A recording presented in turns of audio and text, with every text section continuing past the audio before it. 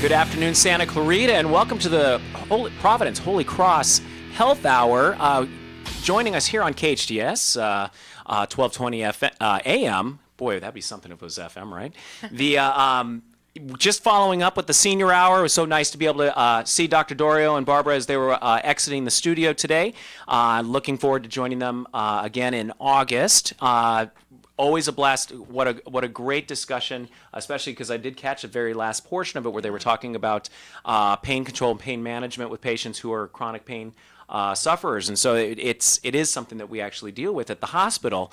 Now, we talk about Holy Cross. I know it's kind of odd, being that we're in the Northeast Valley, Santa Clarita adjacent.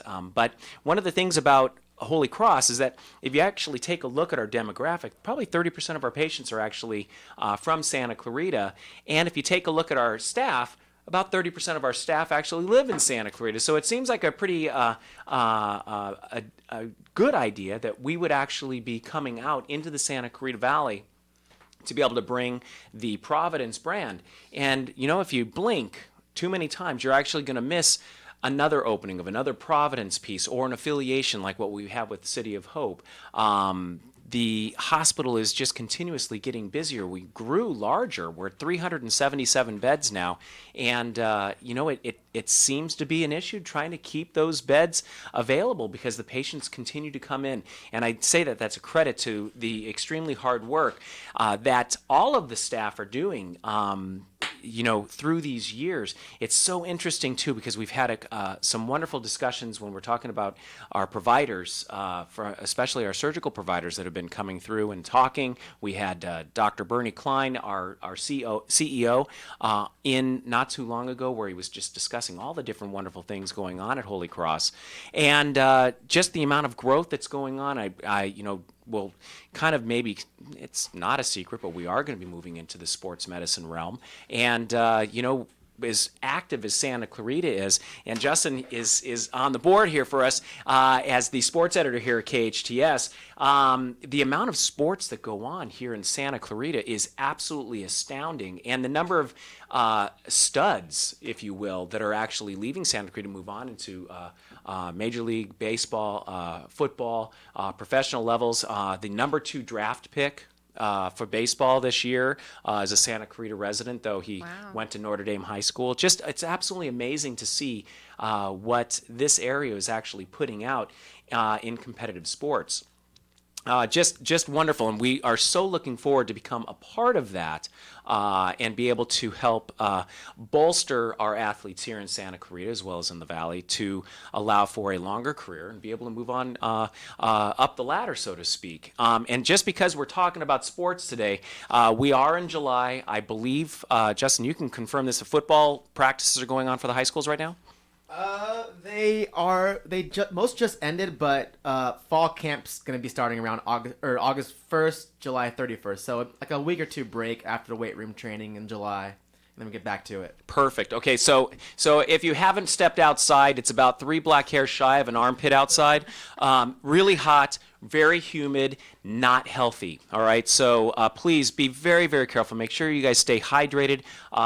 Over at Providence Holy Cross, our ER has been quite busy, and I would bet a lot of heat-related type issues have been coming through. And we want to make sure that all of you stay healthy. Use that air conditioning, and if you don't want to use your own, go to the mall. Go to a movie. Use another business, perhaps. Go ahead and enjoy their air conditioning in the meantime. Make sure you stay hydrated, and please nobody stay in a closed car. Don't leave a pet. Don't leave a child. Make sure that everyone is going to be safe. And that will be my public service broadcast for today. You're joining us again. You're on KHTS. And if you haven't already, please make sure you download the app. It's going to be for your iPhone as well as your Android. You're going to be able to, that way you can pick up KHTS regardless of where you're at. One of the issues that we run into is that once you kind of leave and you hit the reservoir going into the North Valley, that's where you start to lose the signal. So if you want to be able to continue listening as you're driving into the Valley or driving wherever, anywhere in the United States, anywhere in the world, go ahead and make sure you download the app. I am so jazzed, all right? It's because our guest today, and I'm going to introduce you first. Our guest today, we have kind of known each other and didn't know each other, kind of people crossing in the dark, if you will, for quite some time. And so, and when we had the opportunity to chat, and we have like friends from other places where we've worked, it was.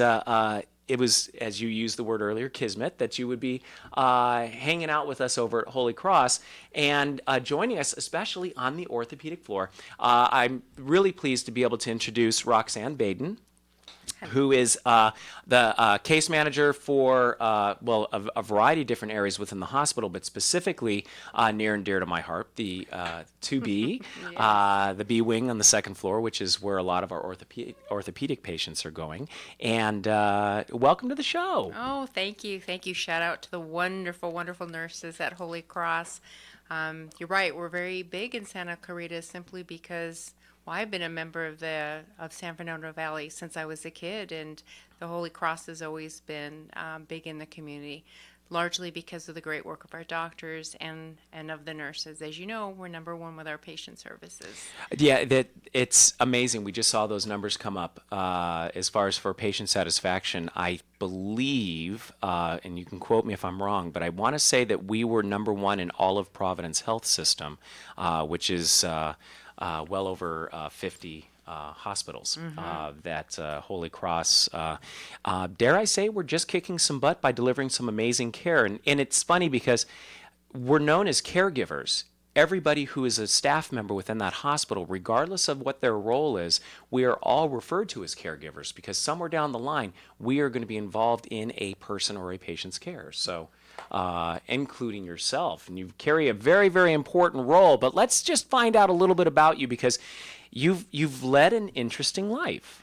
Okay, and so as a North Valley resident growing up in Granada Hills, you had mentioned that you actually went into the family business. That's right. We had a family business in pantograph engraving. Most people won't know what that is nowadays because it's been taken over by computers, but we were in Van Nuys, Beck Engraving Company. But I did have a passion for the healthcare field, and not having the finances to go immediately into college, I did befriend some nurses who guided me to go to Simi Valley Adult School, and I believe this program still exists. It does. To get into surgical technology. Takes a prerequisite of taking an anatomy and physiology class, and then a year's worth of commitment, and you get to work in surgery, and passion was born there. But the problem is way back then, because remember, I've been a Valley resident for many, many, many years. Easy now. Yeah, the Association of Operating Room Nurses at that time thought that it would be the best model of care to go with a completely registered nurse operating room. That's proven not to be a good model for economic and other reasons. And, you know, as we found out in healthcare in general, there's a lot of specialties and the ancillaries, and we so benefit by these ancillaries. But at that time, I just didn't feel that job security, so I immediately went to Valley College and started to get my prerequisites and graduated with my ADN from Valley College. Shout out for Valley College Nursing Program. Right on. Yeah, and from there, actually, this is not my first stint at Holy Cross because I was working at Valley Presbyterian, but that came over to Holy Cross before Providence, just actually right before Providence came into it, and I was the charge nurse at the surgery center there. It's now a partnership with USPI, I believe, with Providence. It is, and it's a very busy. In fact, one of the sister surgery centers is actually up here in Santa Clarita, which is Summit. Oh, yes. Over on the corner of McBean and Valencia. And yeah, Holy Cross can't be any prouder to be able to be a part and partner with USPI, you know, a company that's been doing surgery center work for so long. Internationally, I hear. As well internationally. And you know, the Ambulatory Surgery Center, or ASC, which everything seems to have an acronym nowadays, so we want to try to keep up with all the hip people. But all of the ASCs, they're getting busier because we're starting to find that, and you can speak on this because you've been a part of it, more and more procedures are moving from the hospital inpatient side and now moving to the outpatient side because I think our physicians are better, the techniques are better, the medications are better, and the reality is that a lot of the times with these patients, the recuperation is actually easier at home and safer than being in a hospital setting. You're exactly right. I think it is a combination, especially with the arthroscopic procedures have shaved off so much manipulation and OR time that it's an easier recovery. And as we've seen more of our outpatients go to the outpatient surgery centers, we've also seen an increase in the illness in our inpatients. And so, yeah, it's better to be on outpatient so you're exposed to less germs and bacteria that could affect your outcome.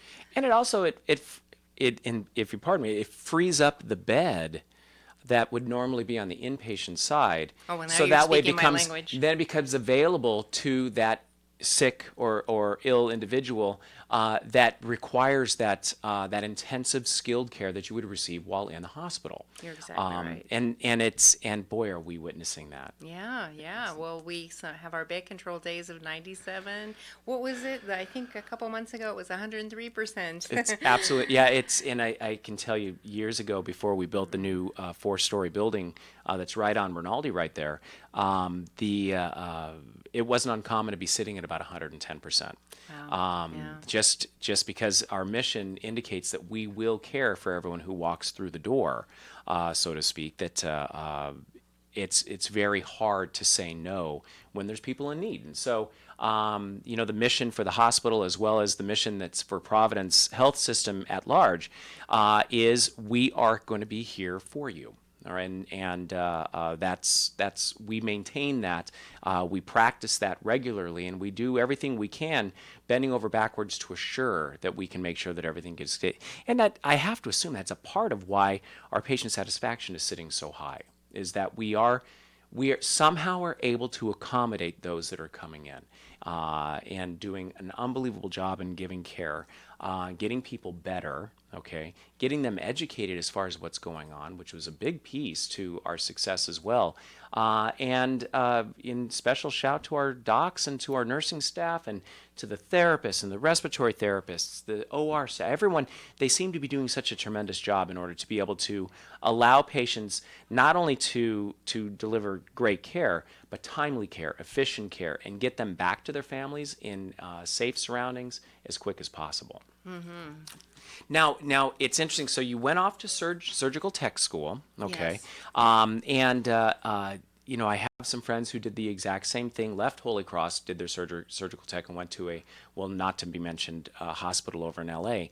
And I was so impressed that the number of tools, the amount of equipment that you had to be able to learn, not only visually and by sight, but also by touch and things like that, in order to be able to work in a specific OR. Mm-hmm. I was shocked. Do you want to maybe talk about that and opportunities? Because, now that we're in the summertime, and I know KHTS is getting broadcast all throughout Santa Clarita, and a lot of the businesses have us on right now.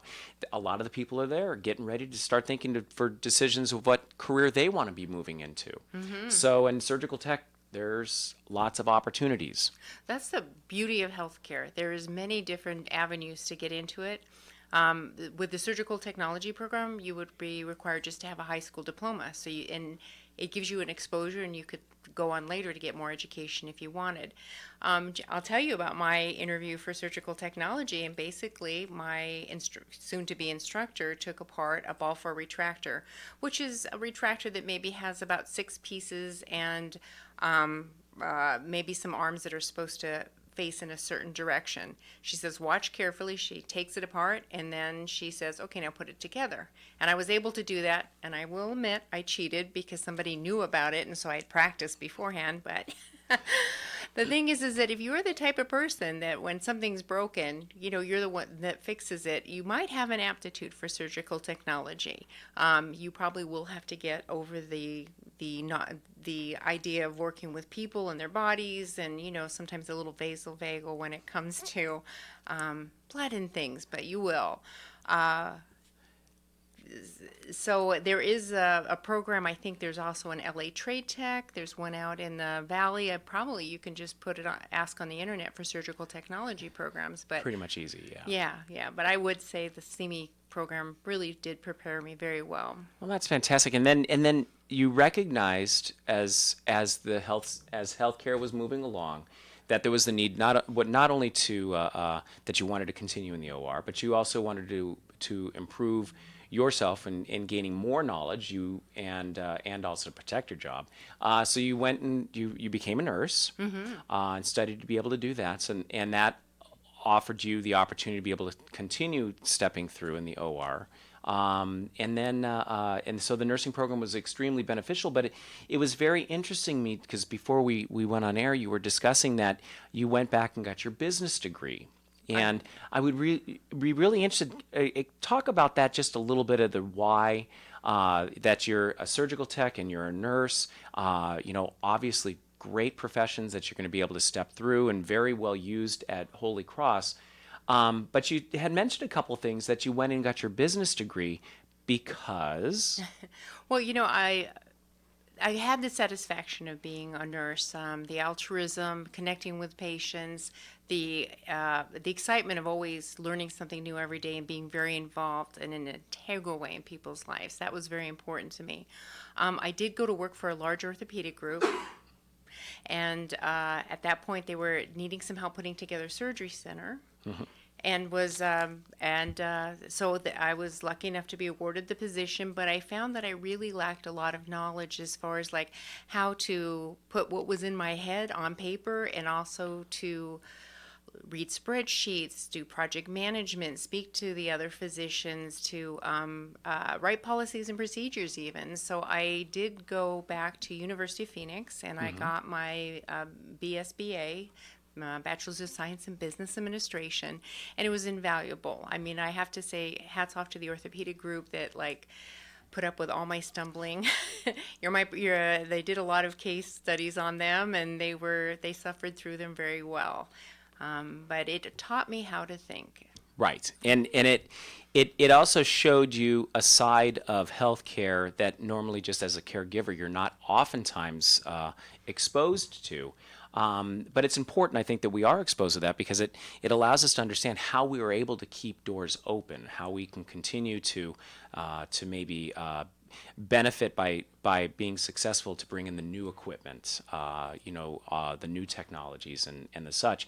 And then you had mentioned, I know we're going to break in just about a minute or so, but you had mentioned that you went back to school because you went on to the inpatient side for a little bit, and you got your master's in nursing. Yes. Okay, and you said very integral to be able to gain that additional education so that you can be even more successful up on the floors.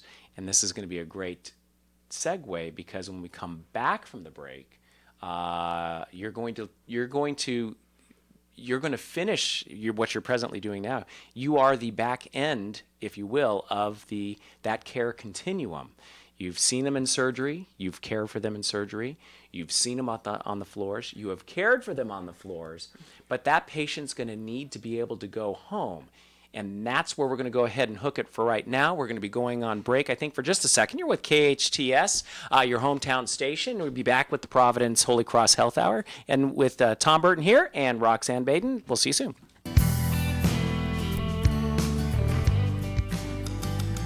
She's the current Country Showdown winner, Savannah Burrows.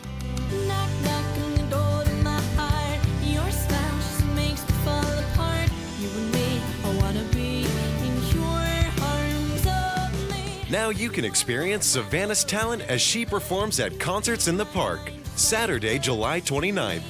Admission is free, and the event is fun for the entire family. Savannah's music kick began at just 8 years old. After attending a Taylor Swift concert in LA, Savannah picked up a guitar, learned how to play, and started writing her own music. Heart is wide open to what you have to say. Catch the excitement as you experience one of our future rising stars, Savannah Burrows. It's all happening at the free Concerts in the Park series, Saturday, July 29th. The fun kicks off at 7 p.m. at Central Park. Enjoy the show and enjoy the talent and artistry of Savannah Burrows. It's allergy season again. You've tried it all, yet your sinuses continue to be a problem. Try something different, something holistic, something that will really work. Acupuncture. Kathleen Keneally is Santa Clarita's acupuncture and innate specialist. She's been treating many of your neighbors and their children for allergies, sinuses, headaches, and pain. Find out how acupuncture can improve the quality of your life. Call Kathleen Keneally for a free phone consultation. 252-4100. 252-4100. Acupuncture. It really works. Do you see it? It should be around here somewhere. No, what was that address again? Your building sign is essential to getting customers into your location. Feathers can help get your business noticed. They'll walk you through each phase of your building sign project, providing special attention to detail and quality. Feathers will give you a sign you can be proud of. Your building sign will draw customers in instead of having them drive by. Feathers on Soledad in Canyon Country, across from the Edwards Theater.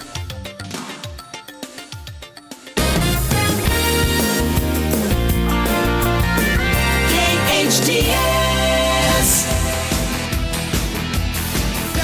Doctor, give me the news. I've got a bad case of loving you. Yeah, welcome back after the break. You're joining us here live at the KHTS station here in beautiful Newhall, where it's about 95 degrees and about 95% humidity, and excruciatingly uncomfortable outside, but wonderfully comfortable here as we're chatting with Roxanne Baden, case manager with Providence Holy Cross. And, you know, gosh darn it, we just got finished talking about the idea that you've been a surgical tech and a surgical nurse. You've worked with the patients at the very beginning portion of their care. They've gone up to the floors. You were a floor nurse as well. And now you had mentioned back when you were working on the floors, you were exposed to what we're going to talk about now is case management. Right, right. And actually, probably maybe a better story for me is when I was a director of surgical services and I met Mila Ferrer, who is our manager of case management now. She was a director of case management at another hospital and took the time for all the directors to teach us about the importance of case management and how it interrelates to every role that's in the hospital. You're right, the business side is important. I am a caretaker at Providence Holy Cross. I am an assessor, I'm a facilitator, and a collaborator as far as the patients go. But what I'm looking for is that transition of care. I'm trying to assist, be it that the patient is going to transition home and just have a great surgery and or a medical outcome, maybe needs a period of rehabilitation at a skilled nursing facility, might be at a point where we're looking at long-term care. But what I do is make sure that the patient in my assessment comes in first off in the right categories, the status, because there is a business side to things, and generally the rule of thumb is if they're trying to figure out what's going on with you, you're going to be under observational, and that's what's recognized by Medicare, that's what's recognized by your insurance companies. So if you hear about these terms, that's basically what it is. And then once they figure out what they're treating, then you actually reach you're the category of inpatient. The importance of that is that if we don't put you, if you're not admitted in the right category, the hospital may not receive payment. And we also don't want the patients to see any unnecessary charges as well, so that's important. And part of that assessment is, we do a health history, we find out why a patient's there, what's the comorbidities, and then listen to all the different factors, the wonderful nurses, which are your lifeline on the floor. Every day we have interdisciplinary rounds. You're being treated by sometimes 1, 3, 4 doctors sometimes, and we're all trying to collaborate and coordinate that care. A large portion of this is what the patient needs and also what the family is involved in doing and want for the patient.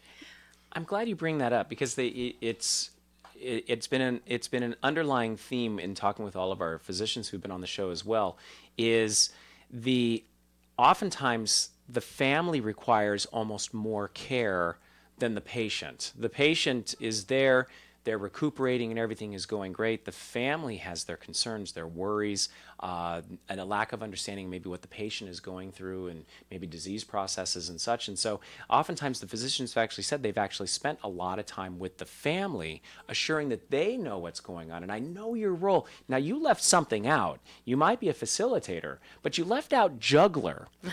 So, and because you're not working with one patient, you're working with wings of patients, right? This is true. Right. So, and each of our wings has 20 patients on it.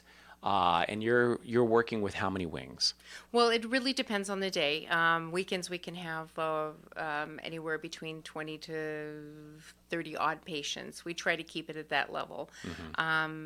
So it's 1 to 2 wings. But the staffing that we have now, because I think Providence Holy Cross understands the importance of the role and the need for the patient, is about 20 patients a day. You know, we've done that with a number of different areas within our caregivers, and I think even with our nurses up on the floors, on our busier surgery days, which was yesterday. Yesterday was actually Monday. Was pretty impressive to see that many. I don't think a tire place replaces that many tires. Our nurses will actually be scheduled instead of 1 to 5, which is the federal regulation. We'll schedule it at one nurse for every 4 patients to assure that everybody can receive the care and the attention that's necessary. And it's a nice thing to be able to see that Holy Cross does the same thing with their ancillary departments, including case management. What you said about the family, they are our care extenders. They're always going to be a part of the transition of care, whether the patient goes to long-term care, skilled nursing. So it is important that they get as much or even more so education as the patient, because the patient sometimes can be very sleepy, confused, scared about what's going on with their prognosis, and their family and friends are the advocates, and they'll hear and keep tidbits of that information and assist the patient in their decision making. And fabulous resources too, right? I mean, the family, again, you mentioned, because a lot of times the patients may not be able to speak for themselves. We can get a lot of information just by speaking with the ones that will normally live with them, care for them, love them. So we have the ability to get a lot of that information necessary, so it's going to make your job a lot easier. It is. And if there's one thing that I really respect, and they warm my heart every day, the families of our patients. They're so giving, tireless caregivers in some cases. But I know we have a lot of people out there that don't have these resources. And I would encourage you to reach out to your neighbors. They're going to need you at some point, so go ahead and let them know. Be each other's advocates. Give each other phone numbers. Be available to each other, so when these little times of needs come up, there's somebody there for you. Don't be afraid to reach out. I'll tell you that is no truer words have been said. I can speak personally that one of my family members, had it not been for my family member's neighbor who noticed that the newspaper hadn't been picked up that day, it gave him concern to walk over, knock on the door, and there wasn't an answer, and there should have been an answer. And so he was able to call, bring the family over, and we went into the house and found that there was definitely a need. And it was all because of the relationship of the neighbors keeping an eye out for everyone, and not only just family being advocating for their family members, but also the neighbors advocating for each other to assure that everyone's going to be safe. So I really appreciate, and that is probably that is something that doesn't ever often get discussed, but we need to reach out to our neighbors more often, get to know them, allow them to get to know you, get to know the behaviors and things like that, because it allows us to be safer. And heck, you're going to meet really neat, nice people too. Exactly. So also very good. Now, your job, now it's, in fact, it may actually even start before the patient even gets into the hospital, possibly. Possibly, especially with our program, Tom. We'd like to identify the total joints that are coming onto the floor, so that we can stay within our guidelines of making sure that they get their interqual assessment to make sure that they are coming in on the proper status, as well as assess the patient's needs on the first day that they come in. A lot of times, again, I'll resource the family members if the patients are sleepy, but we need to know exactly, what resources you have. Do you have a primary care? What things are you going to need to have a safe discharge? What is the plan? You're going to be going home? Do you have any equipment? Do you have a home health that you've used before or heard about that you'd like to try, as long as it's contracted with your insurance? It's long. Or is there another plan that you've discussed with your doctors, such as a skilled nursing facility, that we would need to start working on? The earlier we can get started on your discharge plan, we can get you home in a timely manner. I was just going to say, because, we kind of alluded to this, but things are moving more towards outpatient-based procedures. But the other piece is patient used to be staying in the hospital for 7 days for like a total knee or total hip replacement. Those patients are staying 1 to 2 days. which now puts a charge to you guys in case management, because if you get to that patient maybe the first day after surgery, there is a very strong chance that they're going home that day. That's right. And the amount of phone calls that you have to make to the insurance companies and then to the specific vendors to assure that everything will be handled in a manner of care. It was funny over the weekend. I was flipping through the TV channels and watched the movie The Replacements, which is it's football. We're getting close. I mean, I think they're getting ready to go in. Hall of Fame game's going to be the end of July, maybe the first week of August. Cannot wait. But there was a comment in there that it's like a duck on the water. That the duck above looks calm and cool and collected, but those little legs are moving a mile a minute underneath the water. And when I teach our total joint class at the hospital, I explain that. I said that is case management to a T, because they will walk in, they will breeze in, they'll have a wonderful conversation. But in the meantime, those little legs are working 9 million miles a second, because there's so much work that happens in the back rooms in order to assure that patient is transitioned seamlessly. I don't know that the patients appreciate. I know I appreciate it tremendously, but I don't know if the patients appreciate the fact that, that maybe 5-minute, 10-minute, 15-minute interview that you'll do, conversation, and the brief little encounters that you'll have, the amount of work on the back end of it is just astounding. Yes, it is. And there's also pet projects, those patients that have been identified. A lot of times our patients come in with a new diagnosis they've never had. One that's near and dear to my heart are those new onset diabetes. Mm-hmm. And that's a lot of other work that you want to get with the insurance company, make sure that they're connected with the PCP that can do endocrinology and get that care so that they are prevented from having further disease. Right. But there's a lot of other small things that happen. Patients that haven't considered getting upstairs. And I know you're in PT, and a lot of patients go, oh, I've just had a total knee. Stairs are impossible. This is completely out of the picture for me. But what have you talked to them about? Well, it's funny. We just had this conversation with somebody yesterday in our class. We do a total joint class, just to let you know, we do a total joint class every Tuesday evening for patients going to be are either considering a total joint replacement or are going to be doing it perhaps with us. Most of the time, the surgeons will send the patient to the class, so that way they can get a better understanding of what all they're going to be going through. And stairs is by far the biggest concern that every patient has. Mm-hmm. And we look at it simply as this: how do you go up the stairs now? And they said, well, I go like it's a wedding march. I lead with one leg and the other one kind of trails. And is the one that trails the one that you're doing the surgery on? Yes, it is. Then chances are you will be going up the stairs no differently or better after the surgery. And a lot of the times the stairs can be such an obstacle when you take a look at it, but you've been able to traverse those prior.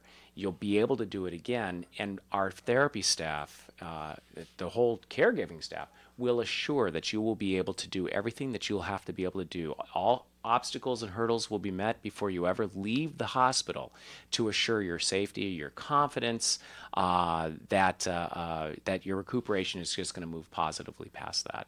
And the other thing to that is that one of the groups of people that you usually will be arranging for is home health. Mm-hmm. Which is going to be a really important thing. And we're lucky because the charge that we put on our joint program with a lot of orthopedic patients is to assure that home health actually gets to that patient within 24 hours of discharge. Yes. To assure that there are going to be if we missed an obstacle or a hurdle, we need to be able to get that. When I discuss home health with the patients, Tom, I think you do such a good job with your program. They're saying, what are they going to do? I said, well, first the nurse is going to come in and do a safety eval, take a look around your house, move furniture that's an obstacle, pick up your throw rugs. And they're like, oh, yeah, we've heard all about that already. We've already done that. So kudos to you. And then, assess the wound, make sure everything looks good, report back to your doctor. And then comes the important part, the physical therapy.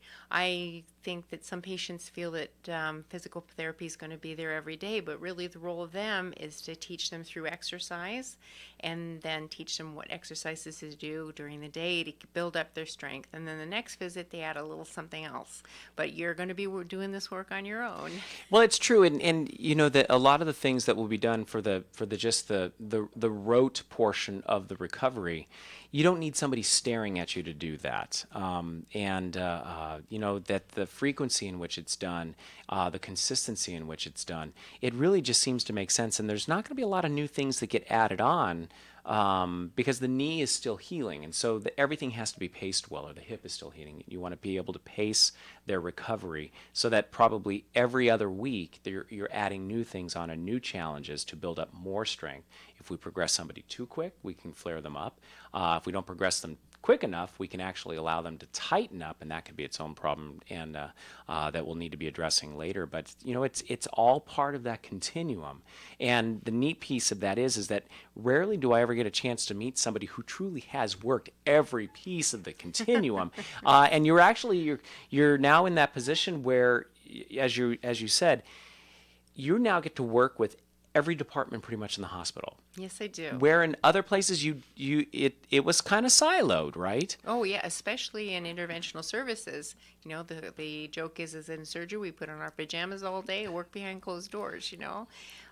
Being out in the hospital has exposed me to not only a number of different type of patient issues, but just the phenomenal skills that we have on it. I'll say it at Providence Holy Cross. I'd have to say that our telemetry nurses have been so inspiring to work with. Our oncology nurses, I know of one that would go and spend her own money, run down to the cafeteria to get yogurt just because it was the only thing a patient would tolerate eating. Just amazing, amazing people, and the depth to which they take these patients, into their own hearts. And that is, I think, pretty much where that sits, is that that the care comes from deep inside, and this isn't just a paycheck for those that are working over the hospital. They really do truly take into consideration the patient, and the luck that we have to be a part of it.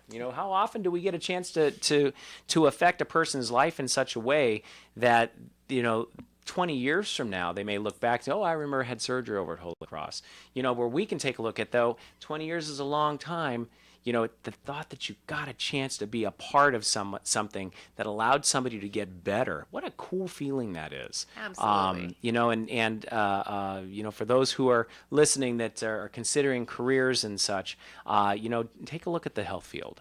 For the most part, volunteer. That way you get an opportunity to be able to see different departments and different areas that are working within hospital settings, get a chance to meet other people, get a chance to talk with other people and find out why they do and what they do. It's one of the joys I get for doing this job here today, which is not a job to be able to host the show, but I get a chance to meet everybody in a variety of different things and find out how they got there.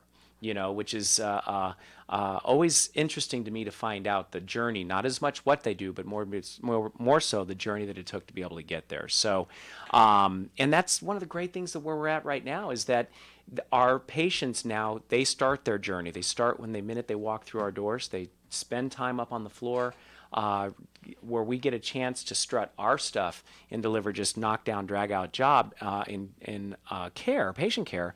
And then you get to step in where you've been a part all along the way, but then your role gets to come in and you get to be, you're the one who, and I'm fairly certain, O.J. Simpson right now, tomorrow is going to find out about his parole. You get to cut people loose, which is, big oops there, right?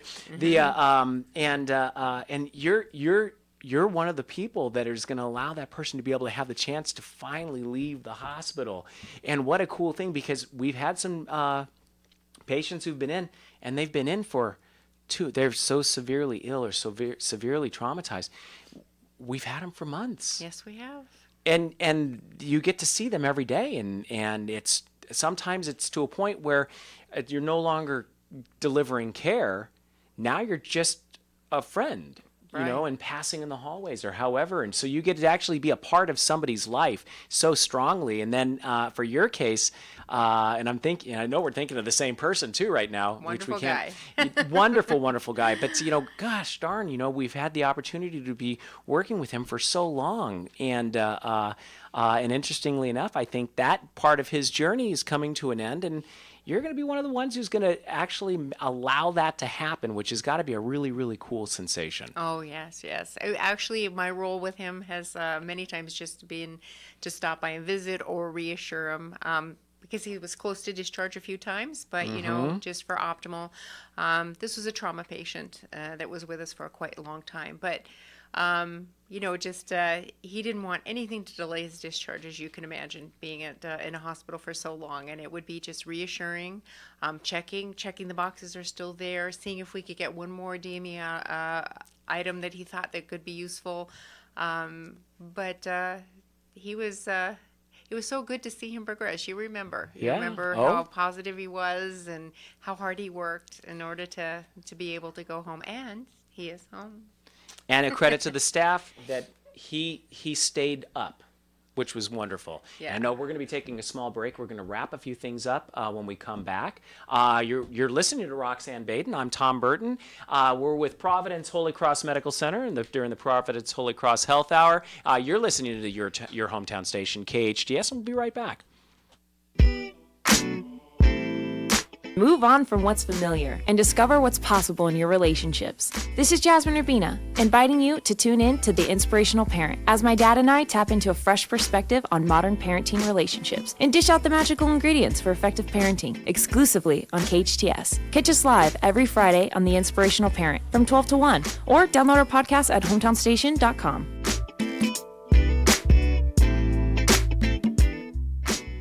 I've been into cars ever since I was 6 years old. I helped my dad build race cars in our driveway. Dave Reeves, owner of Reeves Complete Auto Center. I love cars. I've been in automotive service my whole life. I ran my dad's wrecking yard and rearing shop, managed several auto repairs until I opened my own auto repair facility. Reeves, on Ruther in Canyon Country. I learned customer service and honest communication make the difference.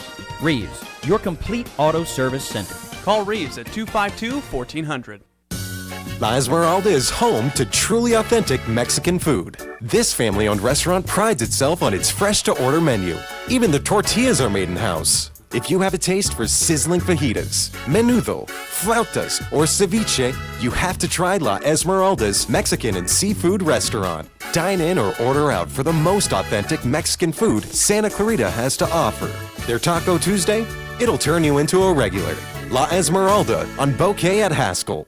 It isn't often when we see a company launch in Santa Clarita and become an international sensation. In 2010, Jen Gerard founded Whitening Lightning in her Valencia kitchen. Now it's a booming international sensation. Leading actresses and international models have switched to Whitening Lightning to avoid the mess, hassle, and sensitivity of other products. Whitening Lightning's simple Dial a Smile kit will dramatically turn your teeth whiter in just 20 minutes. Rediscover how white your teeth can look. Visit whiteninglightning.com. whiteninglightning.com. Doctor, doctor, give me the news. I've got a bad case of loving you. No pill's gonna cure my ill. I got a bad case. And welcome back, and we're just going to be wrapping up the Providence Holy Cross Health Hour. You're with Tom Burton, the Orthopedic Program Manager for Providence Holy Cross, and Roxanne Baden, Case Management. And gosh, we've had a really interesting conversation. It's kind of went all over the place, but we're going to be kind of taking the next few minutes before we finish up to maybe just discuss the importance when you have, for a patient's care, when you have so many departments and so many caregivers and so many providers involved, the only way that we're going to be successful at all, and I'd like to say we are, is through solid communication so that everyone knows what's going on. And we're doing that in a variety of different ways, but two that stand out in my mind, where we get a chance to chat all the time, is our interdisciplinary care rounds, where case management, person from the medical team, which is where my role sits, the nursing staff, social work, sometimes spiritual care, thank you. Physical therapy. Physical therapy. We'll all sit down and we will discuss every patient and see how things are going, see where the challenges, see where the hurdles are at. What are you going to need for case management? What is our timing? Do we know that that's coming up today, or is that coming up tomorrow? So that way we can be certain that we're going to be able to meet the needs for the patient. But you had mentioned something that the meeting you get a chance to go to with the hospitalists. Oh, yeah. Well, as I said before, sometimes a patient can have 3-4 physicians involved, but the internist is usually the doctor that pulls it together. At Providence, we do have a group of hospitalists that many times they are that person, and they have a daily meeting. Marie, our case manager, is the person that attends that, but we give her all the information where we can bring it together, so to speak, that the pulmonologist has decided this, the GI doctor has discharged him on that particular standpoint, the infectious disease specialist is still ruling out. Most of the time the doctors are aware, but it's an opportunity to put all the pieces together. We use the electronic record quite a bit. I'll always do a synopsis of the patient so that the notes are available as far as like what little loose ends need to be pulled together. Collaborating with our physicians is fantastic. I've never worked with such a group of physicians that it's so easy to reach out by phone, by texting, by leaving a message at their office. They always call back. They are available. They're attentive, and get us those orders so that we can facilitate that patient getting home to his family. It's true, and I do credit that the physicians coming into practice now are more attuned to a high level of communication, and don't mind being texted or emailed if there's something that you needed, or if you needed them to contact you. And they're very, very receptive and respondent, which has been extremely helpful. And I agree. And anytime I've ever had a problem, it was so simple to just either email to them or just give me a call. We have a question regarding a patient, and they're usually within 5-10 minutes. They're right on top of things, which has been helpful. And you need to speak with them often, because oftentimes you're missing the orders.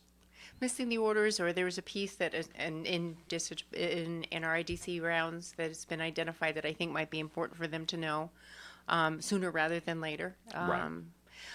If you don't mind, just for continuity of care, I did want to encourage patients that do have a new diagnosis to call the 1-800 number on their insurance card and see if outpatient case management is an opportunity for you to have.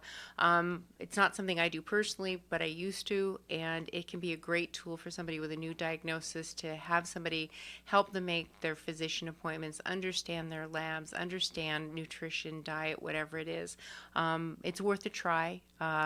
If you just need a little bit of extra help, to check with your insurance plan and see if you can get outpatient case management. I think that's a great point, and I think just in general it's very helpful that all of us understand our benefits as well. One of the hardest things that we come across is at the beginning of each year, a lot of times you get your new insurance card. However, you may not have recognized the fact that turned, the name of it changed a little bit, and that because of that change in name, there may actually have been a change in benefit, a change in copayment, a change in coinsurance, and it really cuts down a lot of the surprises. And I think the better you understand your benefits also, the better you can plan ahead. Now, as I've been telling in my class, though they may be having their surgery a month from now, we know that a lot of things are going to be covered, and we know a lot of other things are not going to be covered historically. That we just had Amazon Prime Day, the Black Friday of the middle of the summer for those shopping with Amazon, that they can easily pick up a 3-in-1 commode for probably $40. That if you wait to the last minute, because it's something that's normally not covered, they're $130 in a medical supply house. And so tremendous savings. They can have it shipped for free if they're an Amazon Prime member. And just knowing what your benefit is so that you know if there's anything that you're going to have to take care of yourself, there's a much more cost-effective way. And being able to shop that, whether it be at your Goodwill, checking in with people at your church or with your schools or your neighbors, we can get a lot of that type of equipment that could be a much bigger cost savings. So. Yeah, really quickly, we do work with discharge planners, and they are a great resource for that. If they let you know that it's not covered, they have the best prices and where you can grab it right around your own neighborhood. They've been hugely helpful too. They have a wealth of information that even if it's not something that's covered by the insurances, I know I needed to get some in-home care, and discharge planners went into their special drawer, and that special drawer seemed to have a tremendous amount of information that one of the companies actually worked out, and I could not be any happier with the work that they did. So, great. Well, hey, you guys, you're with us here on the the Providence Holy Cross Health Hour. It's always a joy to be able to come out every third Wednesday of the month. Love listening to the last portion of the senior hour, and I know we've got my doc and Duke Hove going to be following up. Always a blast to be able to listen to them until we hit the reservoir, and then we have to move over to our app on our phone, but we have to wait until we're out of our car before we start touching our phone. We are a trauma center. We try not to be a patient as well. But you're joining us here on your hometown station, KHTS. We'll see you back in August, but thank you very much. And Roxanne, thank you. Oh, thank you, Tom. You made it so easy. Perfect. We'll see you guys next month.